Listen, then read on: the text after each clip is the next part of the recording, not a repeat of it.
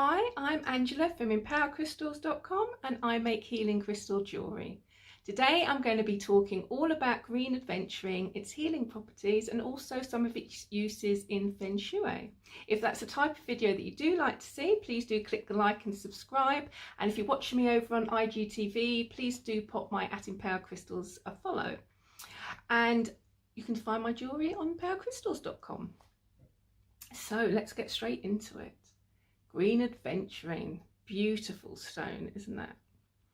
And it gets that colour from fuscite particles. It's actually a member of the quartz family, and it has little inclusions of mica that just gives it a little bit of glimmer as well. And the green colour is actually the most common. So those fuscite particles is the most common particle to be in quartz to create that green aventurine.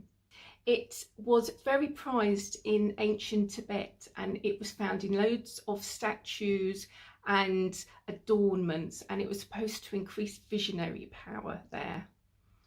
It's got a few associations with green aventurine. There's a couple of star signs. It's associated with Aries and Leo. Now, I wouldn't be too strict on these associations. I feel as though it's much more whether you're drawn to a stone or drawn to its properties, or whether you need it at that time, rather than whether it's linked to your star sign or your birth date. It's also linked with the heart chakra. So if you want to feel as though you've had past hurts or you've got a closed heart chakra, it's really good for activating and opening up the heart chakra and working with that. So you can do meditations where you hold the stone over your heart, and you can work like that. Or you can wear jewellery where the, like my necklaces, it'll be around the heart chakra, a little bit lower than that. 24-inch chain is usually pretty good for the heart chakra, and that will help to activate it. Generally, green aventurine is called a stone of abundance and opportunity. It's really supposed to be a lucky stone, and it's supposed to manifest prosperity and wealth. So it's really known for its manifesting properties.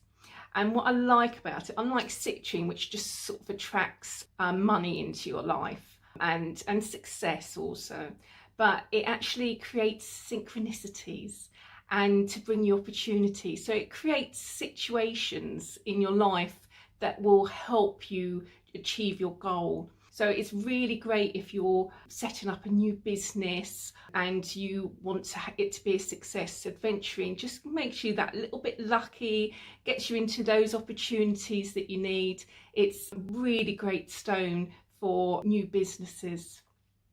It's also quite helpful because it's supposed to release old patterns and habits, and that will lead to growth. And that's really useful if you're trying to grow a new business, a new project, if you're trying to change things in your life. So adventuring is really good for that. It increases optimism as well. So that optimism, happiness, increasing the zest for life, and it allows you to embrace change. So if you're thinking about bringing in some changes and you're finding yourself a bit reluctant, you're finding yourself a little bit blocked, aventurine is a really good stone to work with. As I say, it's really, really good for new businesses, especially creative businesses, and that's because it's supposed to actually increase creativity, and it's supposed to increase your motivation as well, and also it's supposed to increase your perseverance. So if you're building a new business and it's a creative business, so maybe you're making something, doing woodwork, creating designs, painting, anything like that, anything where you're creating something, it really does help to improve your inspiration. And because it increases your optimism, makes you feel as though you can actually do it and you can be successful. And then that combined all with this increased synchronicity, it's really good for new businesses. I've used it quite a lot for my new businesses when I've set them up, and it's been really helpful.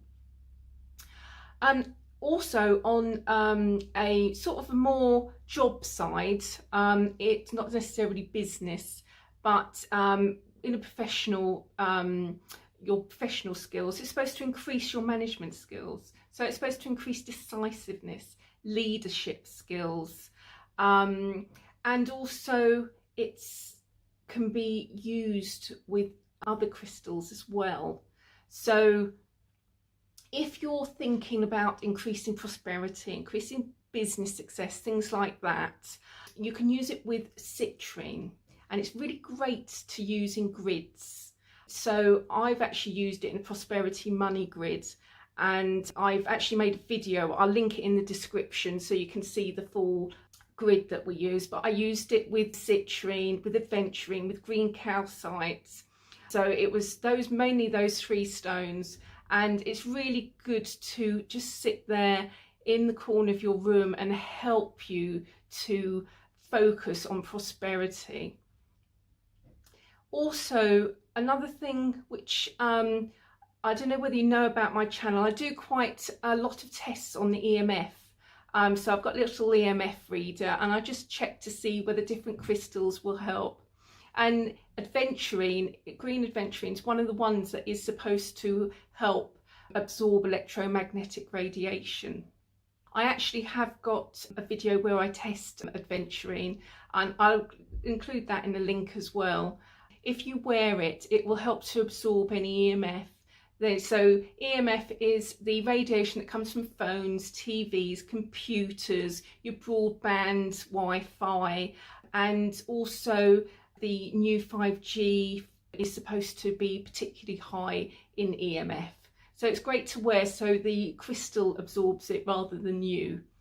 It's one of those things, won't affect you too much, EMF radiation, but it builds up. It's like anything, it's a risk factor. So if you can reduce it, all the better. Another thing which is quite unusual for aventurine is it actually works on anger to reduce it.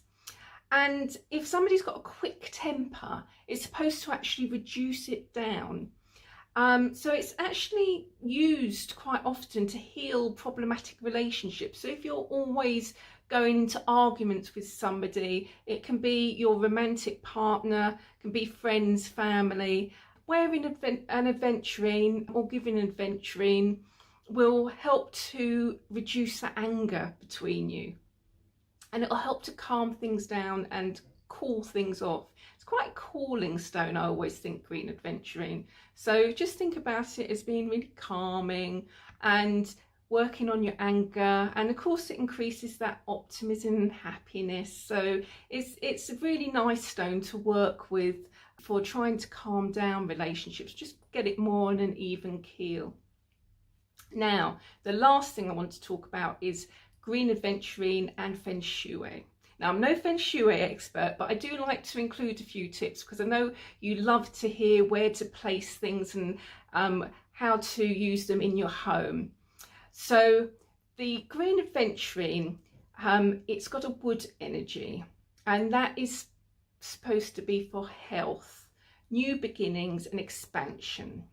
So the places to put a green aventurine are places where you've got a new child, or in a dining area, or where a new project is happening, and that will help increase that new beginnings, expansions energy. Generally, if you place it in a southeast or east corner of your home, it's supposed to be associated, that area is associated with prosperity and abundance, family and health. So that will help increase the energies there and will help amplify the properties of the stone. So that prosperity, abundance, that new energy, new project energy, that will all be increased if you put it in the southeast or east area of your home. So that's the Feng Shui use tips. I really hope you enjoyed this. This is all the ways I use aventurine, and I hope that puts a little bit of a different spin on things as well, on how things work. I'm sorry about the sun, it's coming through the window, I can't control it at the moment. I will do a Green Aventurine Reiki healing next week, and that will be the Green Aventurine with beautiful Reiki and a guided meditation. So I hope you'll join me for that. And I really hope you have a wonderful day, and I hope to see you next time. Please don't forget to click the like and subscribe below, and I hope you have a lovely day. Bye.